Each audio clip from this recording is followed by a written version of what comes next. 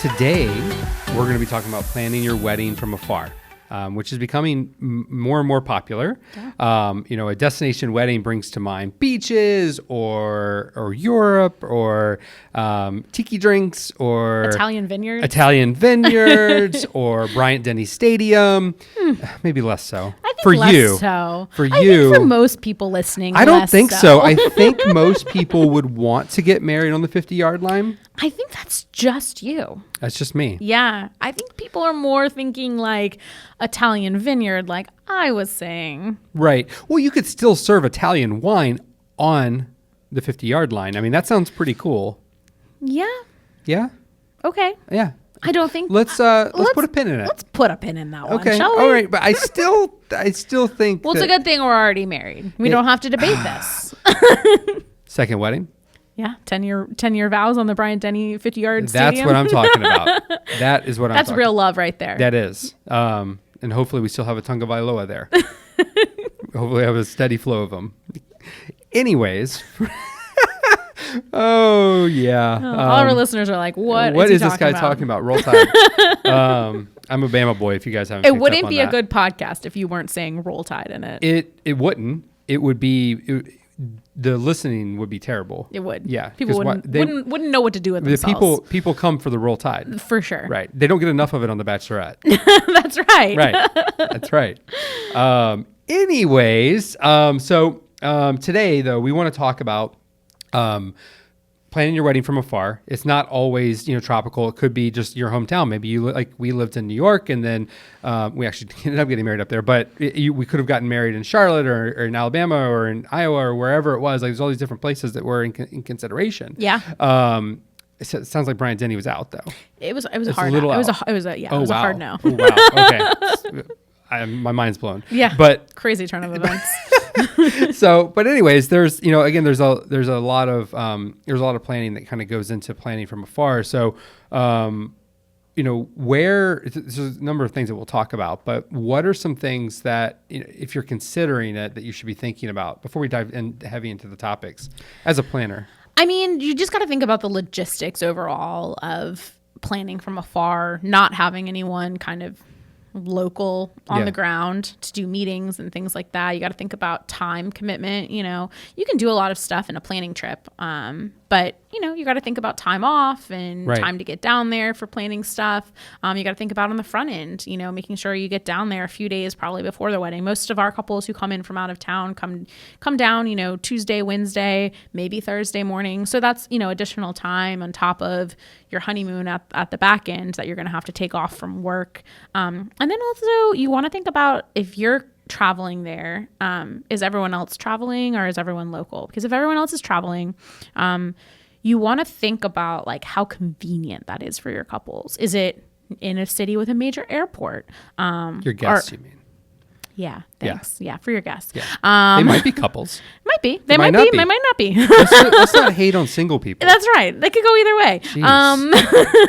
But anyways, you want to think about your guests and how far, how convenient or inconvenient it is for their travel.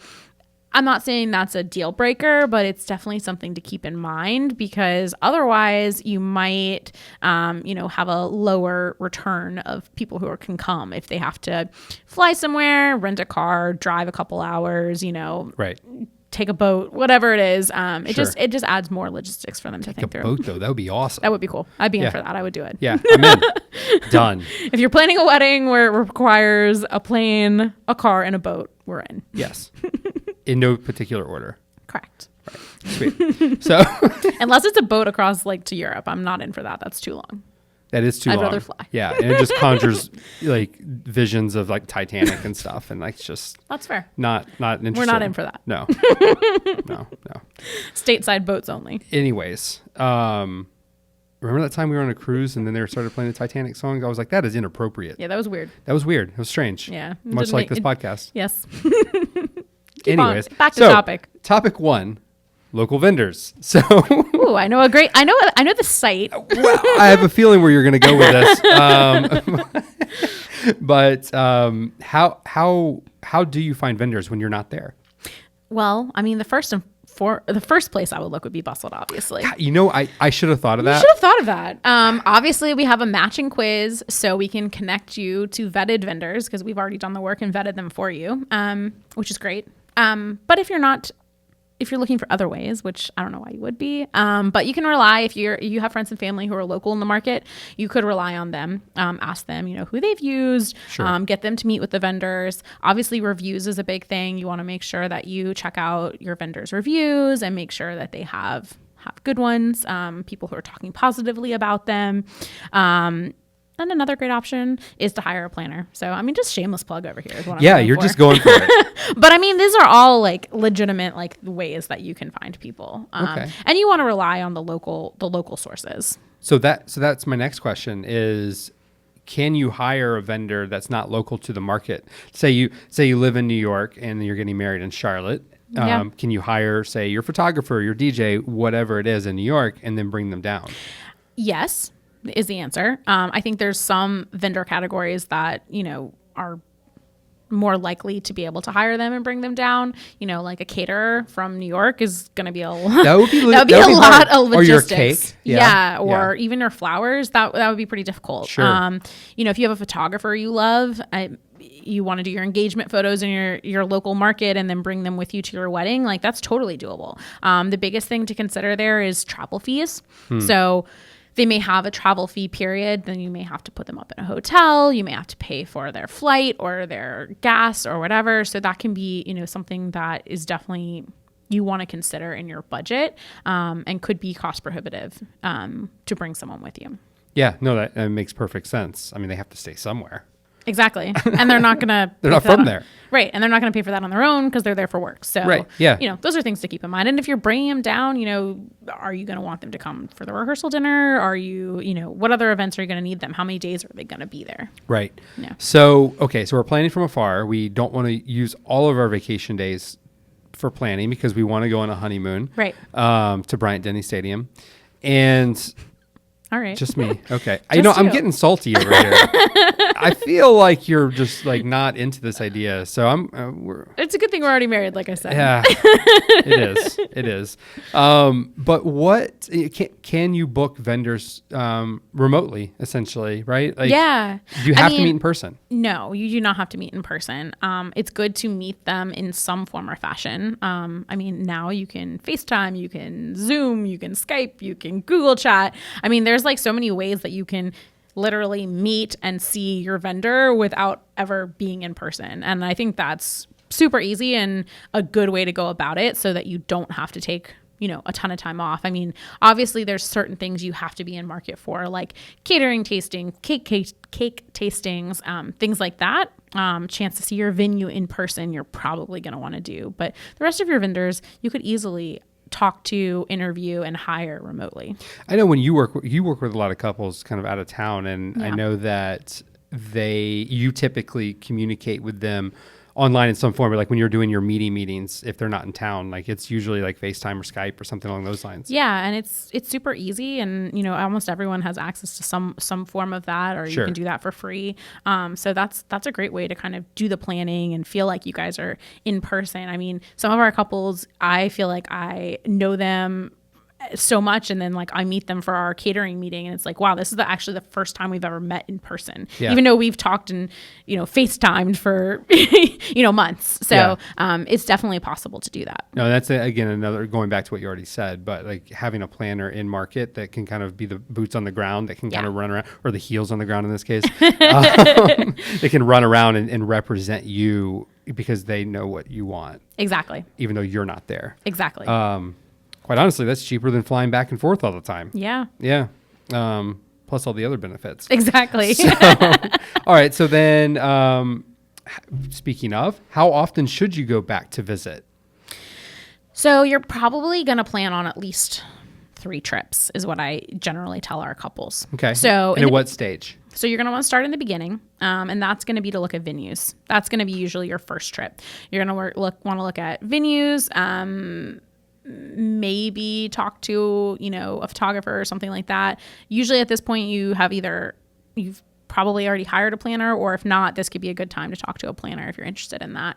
And then you're going to need one probably somewhere in the middle, and that's going to be for those tastings that I mentioned. So catering tasting, cake tasting, maybe you do a flower or design meeting type thing in this meeting as well, in this trip. Apple hasn't made a product for you to taste food remotely yet. Not yet. It's probably coming. It probably is.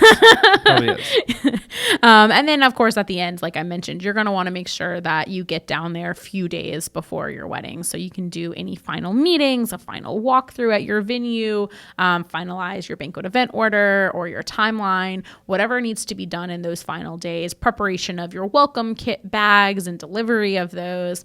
So you're probably going to want to get down there, like I mentioned, probably Wednesday, maybe Thursday morning before the wedding. So, assuming a Saturday wedding. So that gives you about 3 days in market. And not to mention just to get things done, but just like your own anxiety and stress and things like that. It'll kind of ease that tension, I would think. Yeah. And just to kind of be there. That's kind of true whether you're getting married in your own, locally or not, quite frankly. A lot of couples, usually Wednesday, Thursday morning is their last day at work because you have last minute things to do. You have family arriving, you have friends arriving. You want to make sure that you can kind of relax and enjoy a little bit, and take care of those final things and not be dealing with all the stress at work when you're totally distracted. Yeah. Your employer is probably like, go ahead.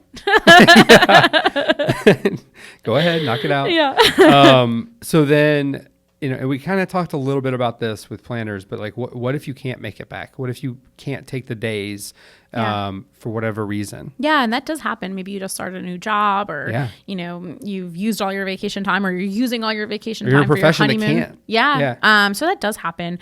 I think making sure you have a point of contact on the ground, whether that's a planner, a mom, a friend, whoever that can go to these types of meetings for you. Like I mentioned, you have FaceTime and things like that. So even with venues, if you have someone, they could FaceTime you the venue and show you everything. It's not quite the same, but there's workarounds if you can't get back. Maybe you have mom or maid of honor who's local and who you really, really trust to do your catering tasting for you or cake tasting.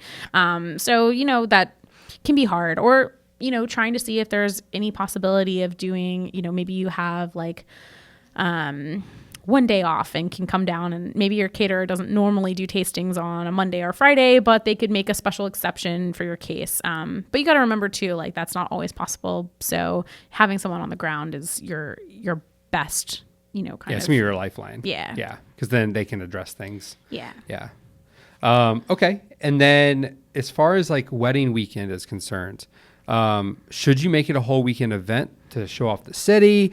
Should you just worry about or be concerned with the wedding day? Like, what are your thoughts on that if it's a destination wedding? Man, even if it's not a destination wedding, I'm all about making it a whole wedding weekend. Your wedding day goes by so fast, and you usually, the party is only 4 to 5 hours. Why not? Right. If you can make it a whole weekend. I know we did a podcast about that, so go back and listen to that. We have some good tips on different events, but I think that especially if majority of your guests are traveling in, it's a great thing to do to make it a whole weekend, because you can celebrate. Your guests are all coming in, so they don't really have any other plans other than to hang out in this cool city that you've picked and be with you guys. So, maybe you have a Friday wedding, and then on Saturday you guys have a big party, where everyone just gets together at a brewery. There's lots of different ways to kind of involve your guests without like jacking up your budget either. Right. Yeah. Okay. And then, so again, to that, breweries, wineries, are there any other places that you can include, for the wedding weekend? Anything else? Yeah, there's so many fun things you do. Golf comes to mind. Yeah, golf. I know here in Charlotte, we have the Whitewater Center. And Top Golf, which is fun. Yeah, Top Golf, super fun. Sounds like I'm a big golfer, but I'm not. No. Spa days. There's going out, there's lunches or getting everyone together just at a bar for drinks. Obviously, you have, your more traditional kind of events that we talked about, like rehearsal dinners, after parties, welcome parties, brunches on after the wedding. So those can be great ways to incorporate it, or just finding really fun local things to do and just saying, hey, we're going to be doing this. If you want to join us, come on out. I mean, why not make a whole weekend of it? And in that case, maybe you don't even leave for your honeymoon until like Monday or Tuesday. So you can really enjoy your guests. I know at our wedding, we had like rehearsal dinner, after rehearsal dinner party, we had a brunch. Everyone kind of got together. We didn't leave for our honeymoon until like Tuesday. So that worked out because we had the hurricane hit us on that day, and that was I think we were maybe supposed to leave on Monday, but but it did give us like the whole weekend to hang out with all of our guests. We offered our guests like a tour of the city. So there's different ways that you can kind of show off all the cool, fun, funky things about the city. I mean, you picked this destination for a reason, right? So show your guests that. Absolutely. Well, perfect. Well, I guess as always, as we wrap up here, what are some of the things that our couples should consider, key takeaways as they're planning a wedding from afar? I would start early. I would make sure that you're doing your research, that you've decided who your point of contact on the ground is going to be, whether that's a family member, a friend, a planner, who that main point of contact is going to be in your destination. And then I would make sure that you allot enough time to do your proper research, because it is going to require a little more research than doing something in your local market, and allotting time to take off, making sure you plan those trips far enough in advance that you can make the most of your trip. Come down for a tasting, make sure you taste cake, catering, maybe do your engagement pictures, meet with a florist, do a mock setup, whatever it is that you need to do in person, so you don't have to come every other weekend. Really pack that trip and do it all together, which takes a lot of advanced planning on the front end.